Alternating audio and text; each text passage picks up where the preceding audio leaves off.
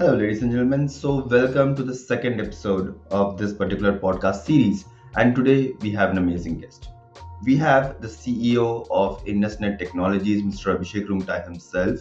And we are going to talk about topics related to the job market and what are we looking at, what the interesting trends that's going to be in the next few years. And most importantly, we are going to talk about jobs. We are going to talk about what you as a job seeker need to know from a CEO perspective of how to get a job, how to keep it, and how to grow in your future. Without further ado, let's deep dive into the second episode, the second podcast of Yoda 5. Let's go. Thank you, Mayuk. I'm good. Thanks for having me in the call. So, we would like to know a bit about INT. How do you define INT and what INT is to you, and where do you see INT in the next few years? So INT has actually come a long way. It's now 25 years in making.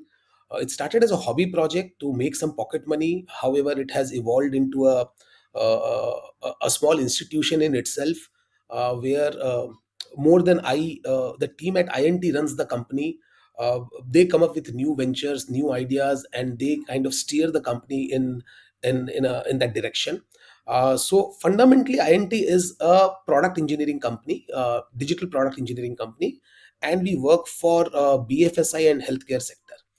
This is broadly the area that we work in. We also have several subsidiaries inside the business, which have very specific target group and target clients and specific services that they offer. But I'm not going too much into that because almost 70% of the revenue in the business comes from INT, which primarily serves large enterprises. Since we are totally concentrating on the job market here, we're talking about people, candidates who are looking for jobs, and especially the freshers also. So, can you just tell us about your journey in terms of hiring your first employee and what is it exactly that you were looking for in that particular employee when you hired him? So again, I think the first employee I hired was way back in 98, 97, 98. And my hiring was by a newspaper ad and telegraph in those days. See, for me, again, I was a techie in those days. I myself used to code along with the guys I hired. And for me, the criteria was, is the person clear in his concepts? Does he understand, does he has the ability to decipher client's need and convert the client's need into technical requirement and then basically build that out? Can he read between the lines, and can he understand the unsaid? Because a lot of times, client doesn't understand technology, so he may not be able to explain and describe the work in the exact language as we expect it to be. So the ability to read between the lines and understand what the client really means. So that was more important for me in those days, and I hired based on that, and it worked pretty well for me. That's interesting. So, are these employees still a part of the organization? No, I mean it's 25 years, so many of them are not. So the oldest employee in IndusNet is, I think, approximately 20 years in the company. So those were some of the guys who were very early in the company. They're still with us, and yeah, I mean they have evolved in the company. They have changed technology, moved on from one technology to another, and continue to be part of the company. That's really great, sir. So, what do you look for in an employee apart from whatever you just mentioned regarding the clarity of the picture that they need to have, reading between the lines? And apart from that, what else is important for an employee to have? Like, for example, if I need to work with you, what do I need to have, and what will a CEO look in my profile so that maybe I can work with INT? Sure. So for us, it is very important that the person comes with a positive attitude. Extremely important, right? A lot of people we see, they're great people possibly, right? But they come with extremely negative attitude. So if you ask them to try out something or do something which is out of their comfort zone, the first response is, "Oh, it can't be done," or "No, how will it be? How can it be done?" Or "It is not possible," right? So we are looking for people who come with positive frame of mind, because the world is not about repeating and doing the same thing which has been done, because a lot of those things has been codified already. So the world is about doing the new, and to do the new you need a very positive frame of mind. Ki, yes, this can be done and this can be done, and let me try and let me work on it and figure out how to get it done. So first I would say is a positive frame of mind is what we look at. Second, we look at as problem solving ability, right? So I again see a lot of people who will just get stuck, and they will come to you and say, okay, I got stuck, can you help me? This is what I call upward delegation, right? So again, I have worked with people who have done a lot of upward delegation for lots of years, but I have decided not to do that anymore. And I also ask my downline not to work with people who like to delegate upward, because this basically clogs the company at the top. It creates a bottleneck at the top, right? So the whole idea is that if you have a problem, have you put sufficient effort to find a solution for that? Today, a lot of solution is available online. And if you have not been able to identify a solution, have you thought of possible solutions? And are you walking into your senior manager or into your supervisor with, okay, this is a problem I'm facing. This is, it seems, as the root cause. These are the two possible solutions or three possible solutions I have thought of. I am very aligned to solution number B. What do you think? Right? That is still okay. But it is not okay to just walk into someone's office and say, boss, I'm stuck. Can you help me? This is not right. So this is the second thing that we look into, is that does the person have problem solving ability, or does the person basically just dumps the job on his supervisor? Okay. Third, of course, we look at integrity. So for me, integrity means that what you are doing is what you are saying, and what you are saying is what you are doing. Right? So a guy commits something and does not fulfill that in the smallest of the thing, right, is not the right kind of person to deal with. Now, of course, people will make mistakes. There is nobody who is 100% on the integrity line. There is no one who can be 100%, right? There can be situations, there can be challenges by which you have said something, you may not be able to do it. But are you able to acknowledge it? Are you able to accept it? That is very important for me. Well Fourth said. is learnability. Is the person able to learn new things more than what he knows? What is his ability to learn, and what has been his propensity to learn? That is very, very, very important. Because today, as I said, that things are changing so fast that what he knows may be outdated and may be irrelevant for us in a year or two from now. But does he have the ability to learn new things and adapt and stay in the company? Like, last but not the least, self awareness is very important. What is self awareness? Is to know what is my strength and what is my weakness. A lot of times candidates think that if I tell about my weaknesses, I may not be hired, right? See, come on, we are all human beings, right? We all know that you will have weaknesses. If you don't have weakness, then you are not a possible human being, and then you are possibly like a god material. We are not hiring god material in the company, right? So if you cannot be humble, you cannot be open, you cannot accept that you have got fault lines, this means you are lying, and you do, or either you are lying or you don't have self awareness. Not having self awareness is a major, major problem, because that makes a person very, very, uh, I mean, what's the opposite of humble? Arrogant. Actually, he makes a person extremely arrogant over a period of time, and the person stops learning because he thinks that whatever he knows is the ultimate. And I see this problem at a great extent in the economies I work. So I work in South India, East India, I also work in parts of North India. And I see this as a big, big problem. People try to project as if they know everything, and they have no weaknesses. If you ask about a weakness, they basically learn answers from internet, and they basically repeat those answers, where they kind of try to convert convert their strength into a weakness and try to present it to Right. us. So Right. someone will say that, I have a big problem in saying no to friends, because when they bring work to me, and therefore I end up doing much more work for my colleagues. Come on, Right. this is not weakness. You are helping your colleague, right? Don't present your strength as your weakness. Your Right. weakness is your weakness. And if you don't know your weakness, if you don't know where you are stumbling, then there is a Mhm. big problem. Then you need to sit and think about it, that where your Definitely. weakness lies, right? If you don't know Right. about your weakness, then you are in big, big trouble, my friend. Adding on to that, what do you think is the right answer to this? Like when someone asks me like what is my strength and what is my weakness, I may know my strength, but it's quite common to see people not knowing their weakness. And as you just mentioned, that people use the strength as weakness and they tell them. So what can be the right answer for this? See, there is no right answer. We have to be genuine, right? We have to be authentic, right? We all know what is our weakness, right? Go and think in a room silently. What is that is holding me back from becoming the best version of myself? Or what is that is holding me back from obscene success? There are lots of things that's holding you back. Maybe you are procrastinator. Maybe you are a little lazy. Maybe you are not able to understand people, right? And if you're not able to understand people, that's a big problem as well. And your immediate boss and the organization should know. And if they know, and if you know, then only you can work on that, right? Maybe if you are not able to assess people properly, then you should not go and interview people. right? So people will not accept it. So for example, if someone is not opening up and telling me where his weaknesses lie, I might actually, if he's a senior guy, I might ask him to go and interview people, right? And he might make a mess out of it, and we might hire few, or we may make a lot of wrong hires, and those wrong hires can cost the company a lot of money, right? And that is why it is so critical for us that people are very very open and humble about their shortcomings, and they know it first. A lot of people don't even spend time in knowing about their shortcomings. True, true. INT has been one of those companies who have not randomly fired people, where other companies were firing people. So, how do you think INT navigated through the downturn of 2008 and then COVID? Yeah, so again, see, we have gone through three recessions till now, and we have been, I would say, we have been pretty successful in navigating these recessions and these difficult times to a great extent. We have never done a layoff in our entire history. Never. We have never delayed salaries in our entire history. We have never asked people to take pay cuts in our entire history of 25 years, and I'm pretty proud of that, right? Uh, Companies can be proud of being a billion-dollar organization and so on and so forth. I'm more proud of these achievements where we have taken care of our people much more than a lot of other large organizations.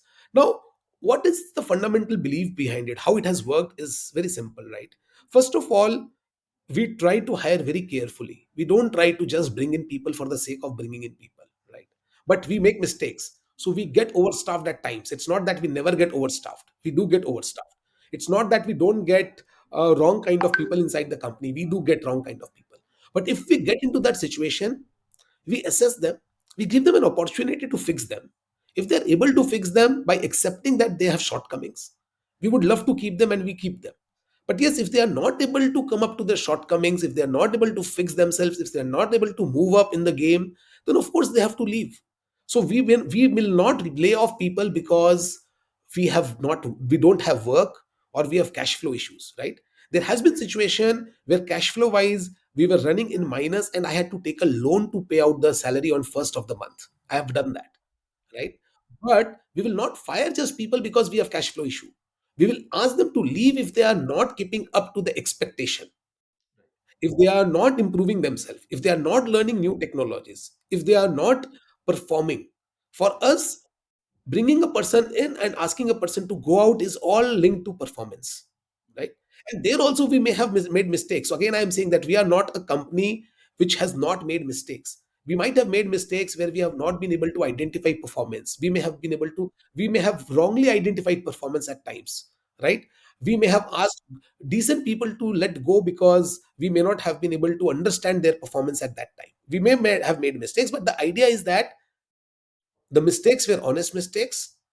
We are more than okay to accept those mistakes, right? And we continue to build on top of it so that we don't repeat it, right? So for example, during the COVID times, right, when the market went also burst, right, when everybody was hiring like crazy, we have made lots of hires which were wrong hires, right? And we are basically now trying to make some of them as right hires. We are trying to convert them into the right kind of people that we really need, right? Some of them will get converted, some of them will not get converted, and it's absolutely fine. We will not just fire them because the market has cooled down, and we will just fire them overnight just because we want to conserve cash. That's not the model. During the COVID times, all of a sudden, people who were earning, like, say, 7, 8 LPA, they went up to 25, 26 LPA. And when the market corrected itself, now they are back in the range of 12, 13, 14, 15 LPA. What is the reason do you think Yeah. company pays such a high amount? Yeah. So I don't know if the market has really corrected or not, because people who once start earning more rarely go and earn less. They generally expect that high salary, and if they don't get that, then they don't do the job.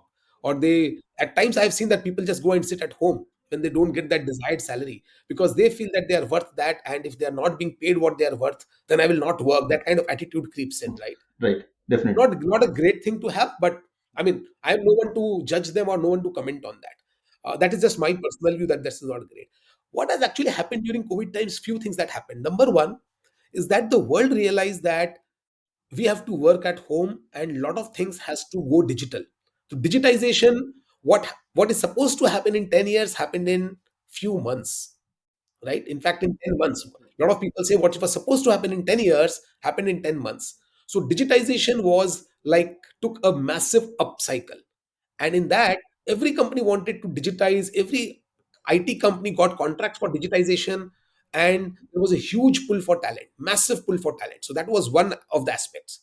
The second aspect that basically created that madness was a lot of startups raised obscene amount of money. I think those were the years when the startups raised maximum amount of money in the history of startup funding. All that money was poured into for what? Guess what? Talent, right? Every startup, what they need is talent, right? So that money started coming in, right? So when that money started coming in, large enterprises or large IT service companies started hiring like crazy to fulfill their obligations, their contracts. And when people were pulled out from other companies, those other companies then started hiring and starting offering obscene salaries. So it was a cascading effect, right? Someone is pulling from someone, that person is pulling from someone. So think about it. Let's say the same person has been pulled out three times. We think that there is a three times job requirement. No, it's one company who is not able to create talent or or train people. They are doing a lateral hire, and that's creating a cascading effect and creating five job openings fundamentally, right? So that was what actually created the chaos. So the chaos was primarily created because few companies who got a lot of money or who got immediately a lot of contracts and who did not invested in creating talent, they all wanted to just get talent ready made from other companies and created unnecessary pull in the ecosystem. That's what I believe happened. Right. But do you think like it's evident that this will happen again in the future? Because I personally feel like it's from my personal point of view, of course. They might not deserve that kind of an amount, and people who actually deserve a job, they are jobless. So how is there any way to correct this, or is there any way to look at this in a positive frame of light for people who are looking for a job? So Mayuk, see, world is not necessarily a fair place, right? So a lot of times luck plays a role. At times you are at the right place at the right time. That plays a role. Instead of you being the right person, you might be sidelined because you are the wrong person at the wrong place at the wrong time, right? So I think this let us not write off luck as a big factor, right? Second is, of course, that when madness strikes, right, all the checks and balances goes for a toss. I still remember companies basically calling up people and just offering salary on the phone, not even interviewing them. They're saying that, man, are you a Java guy with 4 year experience? Okay, how much are you getting? Okay, are you getting 10 lakhs? Okay, I'll give you 20 lakhs. Please join me on phone. Offers are being made on phone. So those are exuberance, right? I mean, exuberance happens everywhere. In stock market also it happens, right? So at times when you see in stock market, even the pan wala, right, or even the rickshaw wala, they start investing in stock market. Who don't have any True. money to invest, they are investing Right. in stock market because someone told that if you put money in stock market, it will become three times in next 1 year. They all come and put money in stock market. That's exactly what happens in crypto. A lot of people go and put money in crypto because people say that you will become very rich in crypto. The same thing happens here as well, right? So I think exuberance is bad in any industry, in any kind of role, and that exactly is what happened. It will continue to happen. Nothing is going away. So stock market madness is not something which is one time. Crypto madness is not a one time thing. It will again happen. Similarly, job market madness will again happen. Good people might again get sidelined, right? People who know how to hop jobs and get more salary by just beautifully decorating their CV and tactfully using one offer against another offer might continue to get more paid in those situations. So none of these are one time activity. They will continue to happen, right? This is short term. Yeah. You don't earn trust in the company. You don't learn anything during this period, frankly speaking. You don't create trust for yourself. You don't create a good name for yourself. So yes, that skill can get you higher salary, but you don't get few fundamental things that actually help you have live a longer career, right? Right. So think about Right. it. You Mhm. burn bridges and you create a name for yourself as someone who's just running after money at an age of 24 or 25, right? Your career is supposed to go till 55, 60. Now with the age, with the age limit growing now among people, right, we are living longer, right? The person might actually have to work till 65, right? We know how retirement plans are getting into troubled water in many countries, right? So you might actually have to work much longer and you are spoiling your reputation at the age of 25 or 30. What is going to happen for the next 35 years? How would you feed yourself and your family or your loved ones? So I think people are not thinking about it. They are just doing things because they think this is the right thing to do at this point in time. Let's just do it. Right. It's more of a human nature, I personally believe, because people at times do not think about the long-term goal anyways. That's Yeah, true. That's true. maybe That thinking long definitely. term should be a education that is given in school then. So coming Yeah. to the colleges thing, you have been hiring from colleges in the last few years, and you have been quite prevalent in West Bengal that I have been seeing. So, what do you think that people in West Bengal, I mean the students, mainly the freshers passing out of college directly, the engineering ones, they miss out on? Because most of the time, what we see is they have high expectations, and they are motivated by their peers. By peers, I mean their seniors. So, Mhm. what do you think that they must be aligned with, especially in the colleges? No, I think in the college, right, you have got 3 to 4 years to really learn, right? A lot of people just stick to what the college is teaching, right? The college will continue to teach the done and dusted stuff. And in today's world where technology changes in 6 months to 1 year, how can we expect a college to really teach you anything which is anything which can get you real employment in a 4 year course? And the course which was created 10 years back, or even if the course is getting updated, right, you cannot get a real updated course which is a 4 year course, right? So I think that is a big challenge. So I think what an individual can continue to do is explore himself extensively by becoming part of open source communities. I'm talking about developers, or if you are into any other line, right? If you are into architecture, right? There are architecture communities. So go and become part of those communities. Take projects. Don't even think about money at this point in time, right? Go and take projects, work with experts, engage with them, try to do something. And by doing those things, you learn, right? If you don't get something, just create something of your own, right? In hundreds of CVs that we see, out of 100 CV, more than 90 CV, or in fact 95 CV, doesn't have a GitHub link. You don't have anything to show me. How are you applying to me? Are you saying that my name is this, my parents name is this is where I live in, this is the college I have gone, this is the CGPA? We know how easily you can pass exams, right? No need to explain me that I have got a CGPA of A, B, or C, right? Whatever amount it is, right? Right. I live in this part of the country. I mean, how do I assess that you have any capability? Where is your GitHub account? Where is your project that you can show me, right? How can you share ideas to me? So if you are coming and pitching yourself for a fresher job, right, go deep into the technology, right? Create something worthwhile, show that creation, so that I can understand that yes, you have ability to create something. And today a lot of real world education is available on online courses sites like Udemy, Coursera, and so many other sites, right? So you just don't go and blame your college that my college is outdated, because that's the process, that's the system, right? They will teach you what has been planned 4 years back. So you can't expect them to teach which has the technologies that has got invented and has been introduced in last 2 years, 3 years.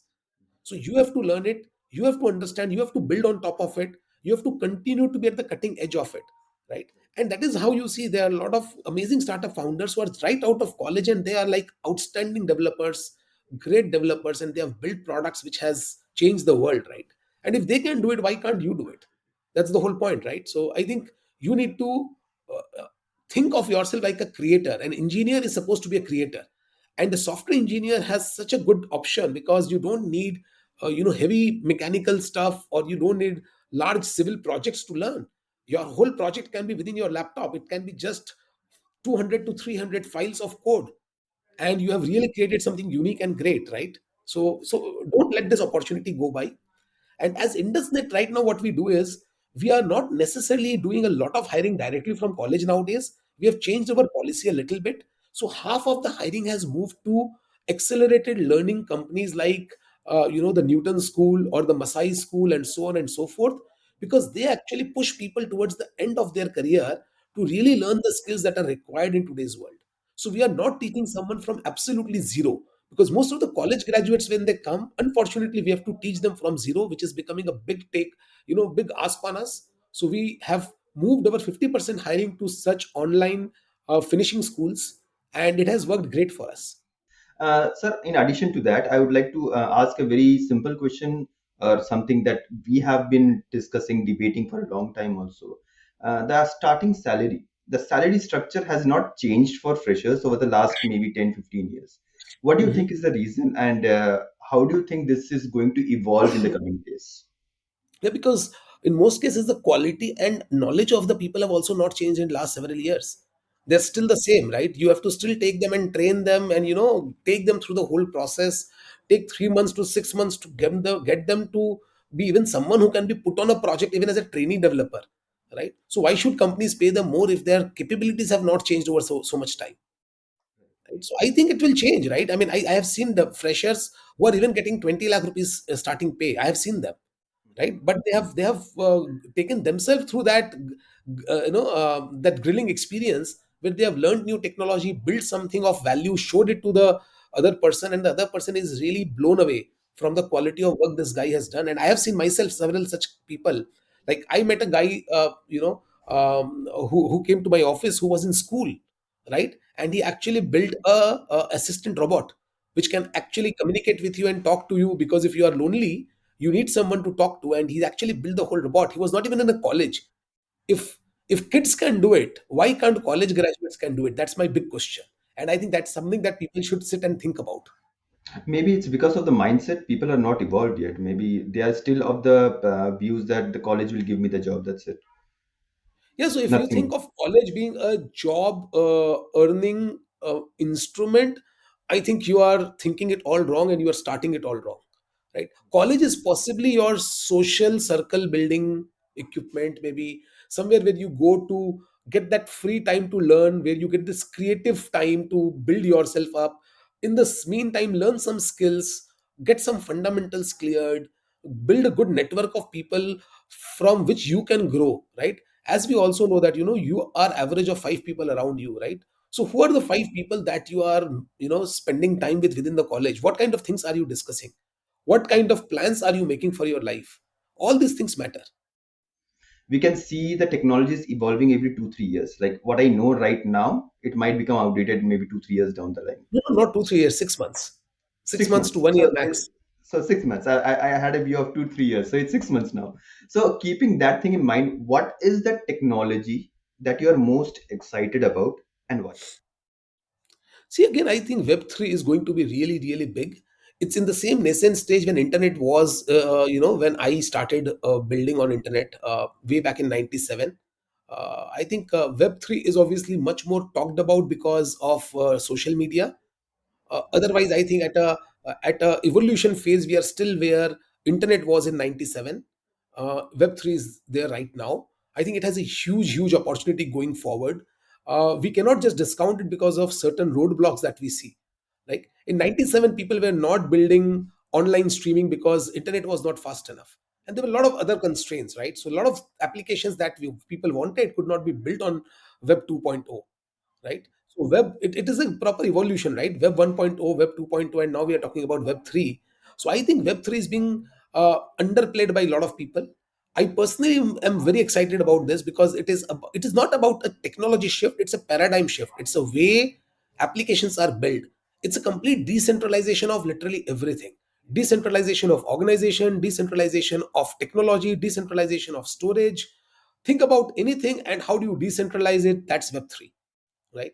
And tokens are only a method to basically reward people who are running the infrastructure, right? I think there's too much people are reading on the crypto side, on the tokenization of it, and kind of trying to say that it's a speculation media, right? And I think that is what is also going to the kids and the students. They think, okay, Web3 means crypto. Okay, if I have to be Web3 enabled, then I should trade in crypto and become more in aligned with the time.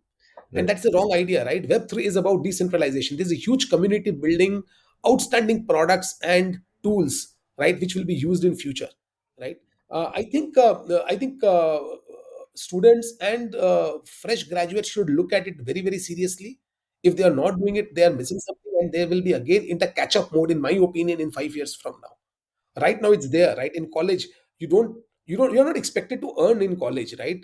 Go and spend hours and hours coding and building things in Web3 or other new technologies which are evolving, like analytics, ML, AI.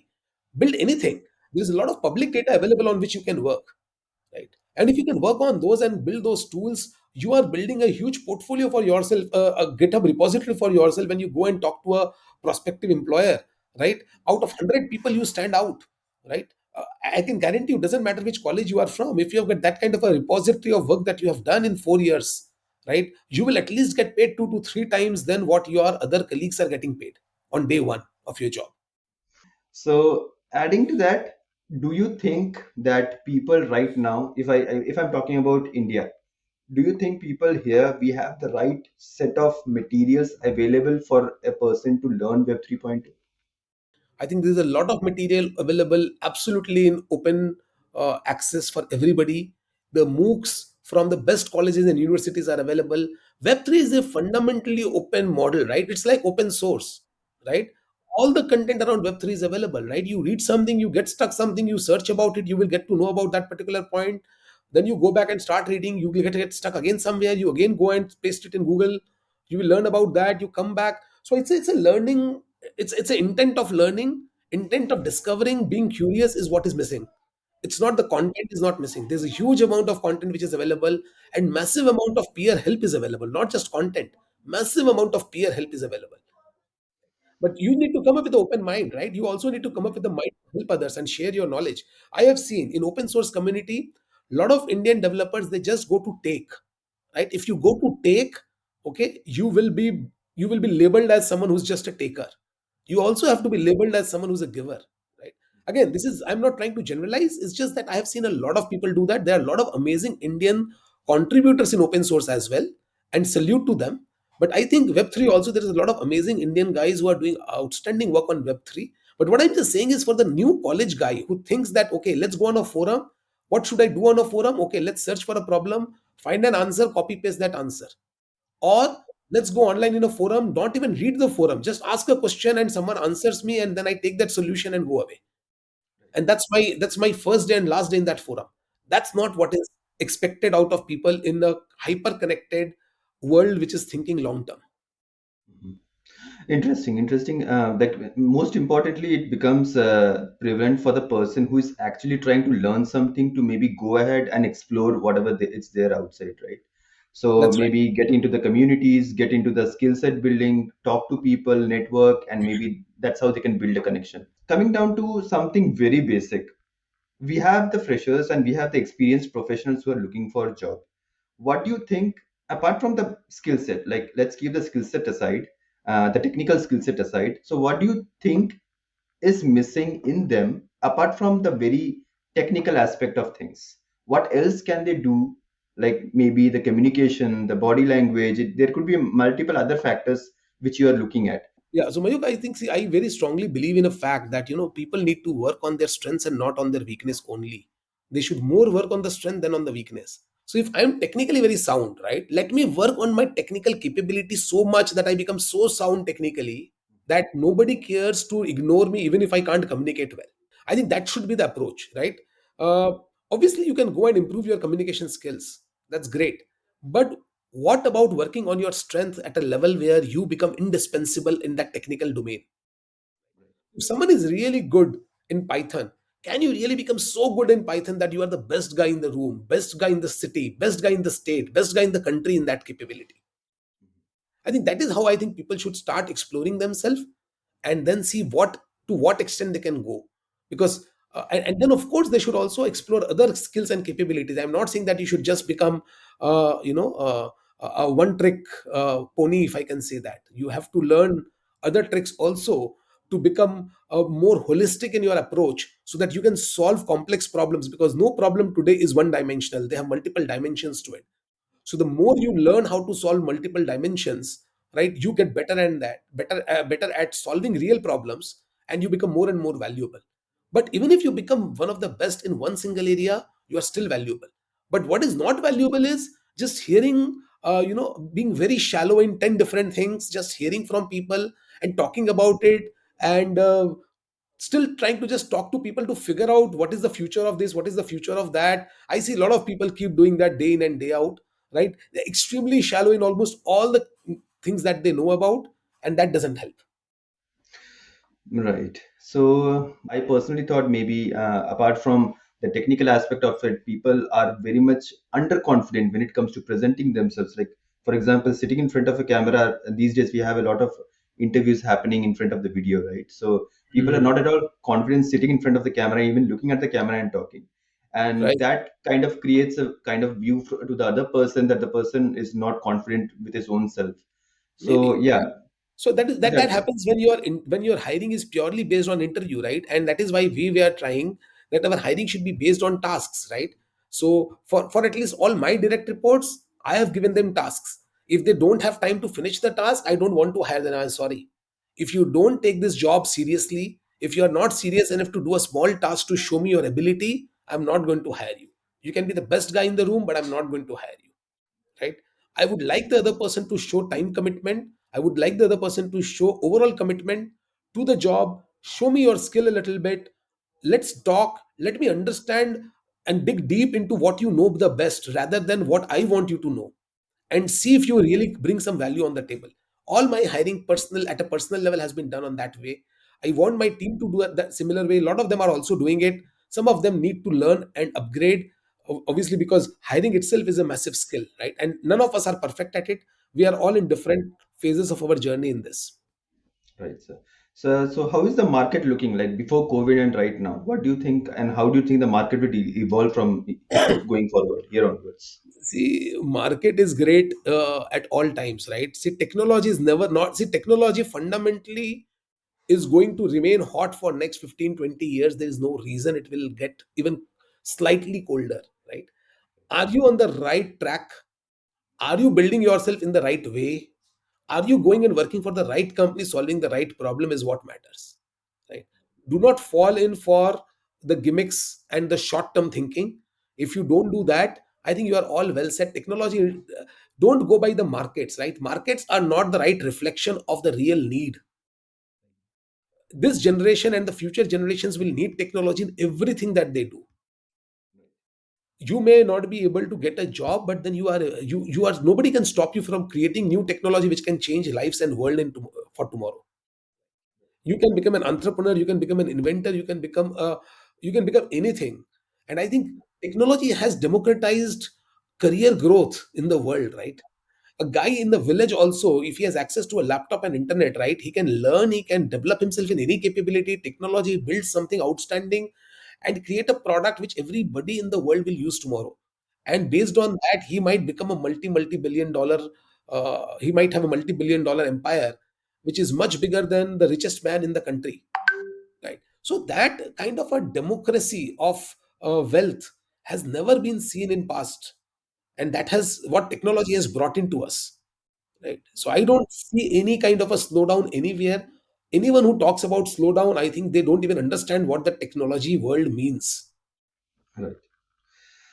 So we are running out of time. So before we close down, a couple of very straight questions, which I would like to know personally answer from you. Sure. So the first being, how do you think the eastern region of India is shaping up as a market? For example, for job seekers, people from West Bengal, people from the northeast. Do you think these places have enough talent? Yeah, so there is a massive talent in every part of the country, right? India is like full of talent. In every square inch of the country is full of talent.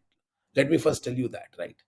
Second is that east, west, north, south doesn't makes any difference, right? If a guy has talent and he has got intent and he has got ambition, he can do it.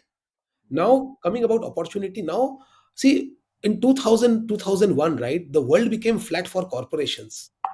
In 2020 to 22, the COVID years, the world became flat for each individual employee, right? You can get a job anywhere in the world sitting in a small town in Meghalaya. You can, if you have ability.